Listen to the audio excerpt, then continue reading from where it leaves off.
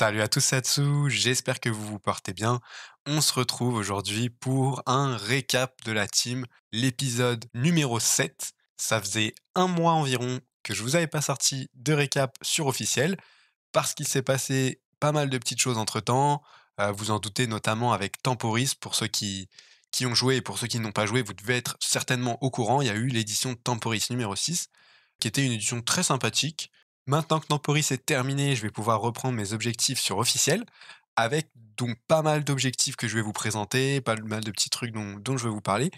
On va commencer directement, comme vous l'avez vu dans le titre, par les dépenses, puisque comme vous pouvez le voir, je me trouve actuellement dans ma nouvelle maison à Astrub. J'en ai acheté plusieurs, je vais tout vous expliquer. On va déjà faire un petit point au niveau des kamas. Dans la précédente vidéo récap, il y a un mois de ça, je venais tout pile d'atteindre le milliard de kamas. Je suis entre-temps monté à peu près à 1 milliard 100 millions de kamas pour maintenant me retrouver à 870 millions de kamas. Alors comment j'ai fait pour descendre autant au niveau des kamas, pour passer de 1 milliard 100 millions à 870 millions de kamas? C'est très simple. La première chose, c'est que j'ai abonné enfin mes persos. Donc mon panda pendant un an, comme ça je vais être vraiment tranquille. Et pour mes mules, je les ai abonnés 6 mois, donc les 3 6 mois. Ça fait quand même pas mal de kamas, étant donné que les Ogreen ont plutôt up ces derniers jours, avec notamment toutes les offres qui ont été mises en avant par Ankama, notamment Temporis, hein, qui fait monter le prix des Ogreen. J'ai environ dépensé 15 millions pour abonner 6 mois, donc 45 millions pour les 3 persos et 25 millions pour abonner un an mon panda, donc ça fait quand même une sacrée somme. On est donc sur du 70 millions pour les 4 persos, mais au moins je me dis que je vais être vraiment tranquille pendant un petit moment au niveau des abonnements, donc ça vraiment j'ai pas besoin de m'en soucier et je trouve que c'est une bonne chose. Je vous en avais parlé dans le précédent récap, de cette volonté de enfin pouvoir dépenser, me lâcher un peu et d'arrêter de me focus vraiment sur le milliard de kamas.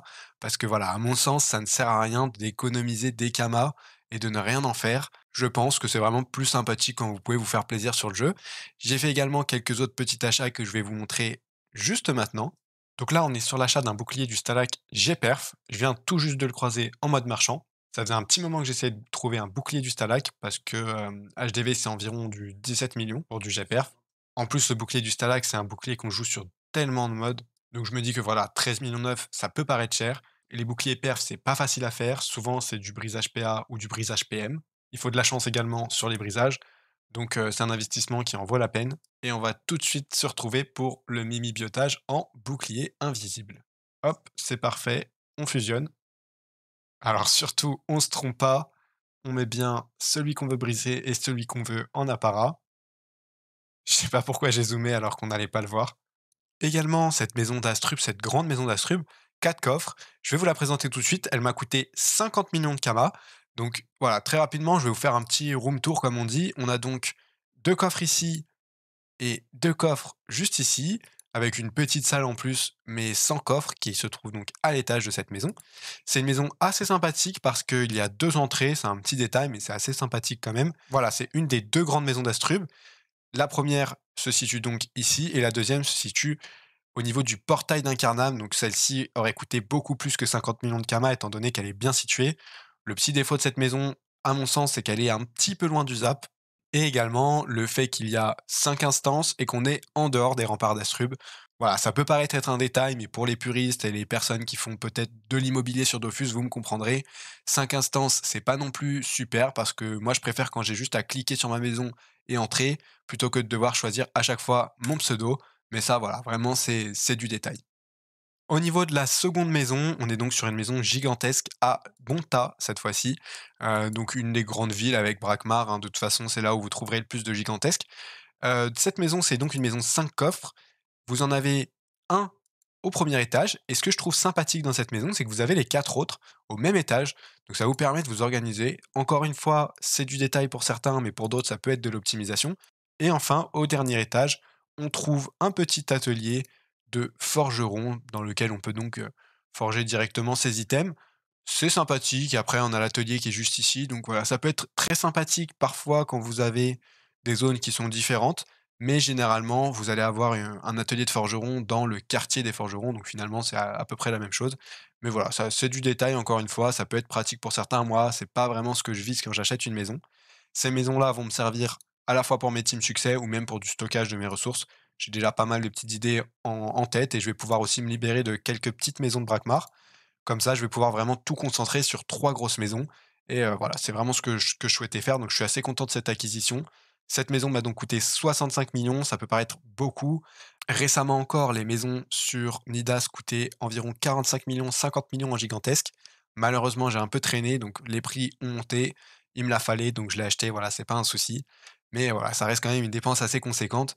Maintenant, je me dis encore une fois, faut pouvoir se faire plaisir avec ses camas, c'est aussi à ça que ça sert.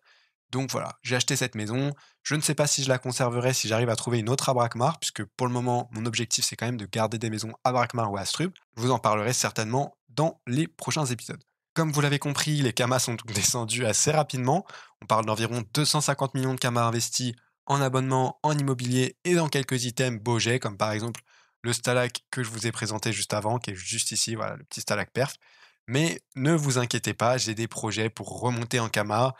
Pour ceux qui me suivent régulièrement et qui ont vu par exemple la vidéo d'économie d'Almanax, vous voyez qu'il me reste encore plein d'items que je n'ai pas FM ou que je n'ai pas vendus. J'en ai vendu pas mal en Jetcraft, mais je me suis dit récemment que j'allais quand même essayer d'en FM quelques-uns parce que la différence de prix entre un item non FM et un item FM est quand même assez intéressante. Donc voilà, pourquoi pas se motiver là-dessus. Je vais vous présenter quand même rapidement ce qui me reste. Donc j'ai vendu quelques boucliers, mais il m'en reste encore pas mal.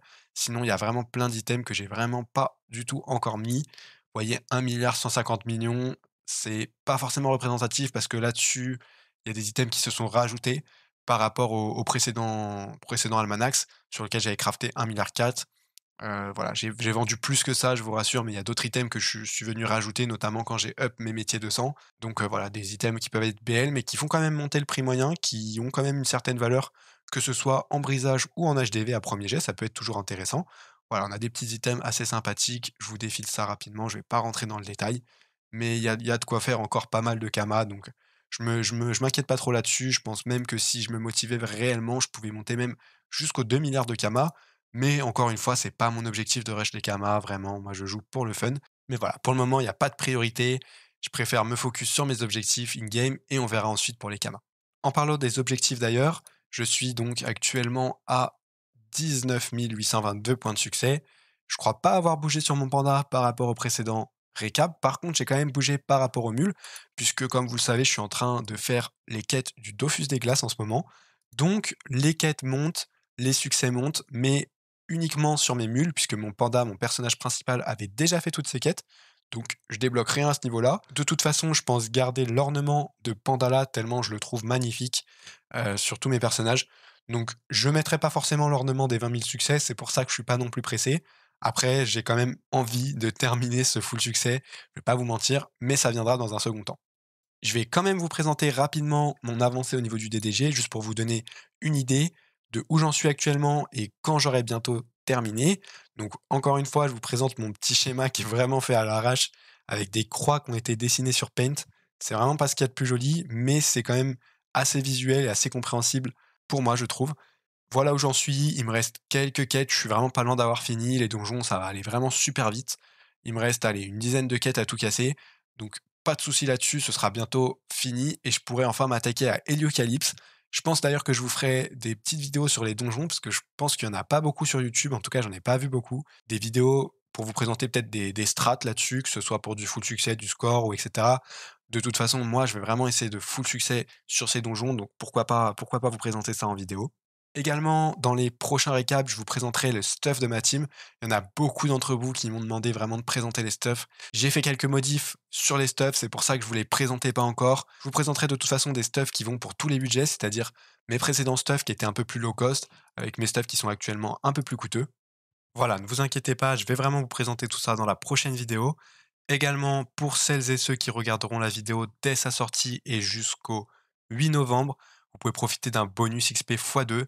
Donc, je vous invite à en profiter si vous avez des personnages à monter, des teams succès, etc. Même si c'est pour vos omégas. C'est toujours sympathique à prendre. Par contre, je vous conseille d'acheter vos Ogrim dès maintenant parce que le prix est en train de flamber. Bon, 753, ça reste raisonnable. Mais voilà, je vous conseille d'en profiter si vous le pouvez. C'était tout ce que je voulais vous présenter dans cette vidéo. J'espère que celle-ci vous aura plu. Et moi, je vous dis à la prochaine. Ciao.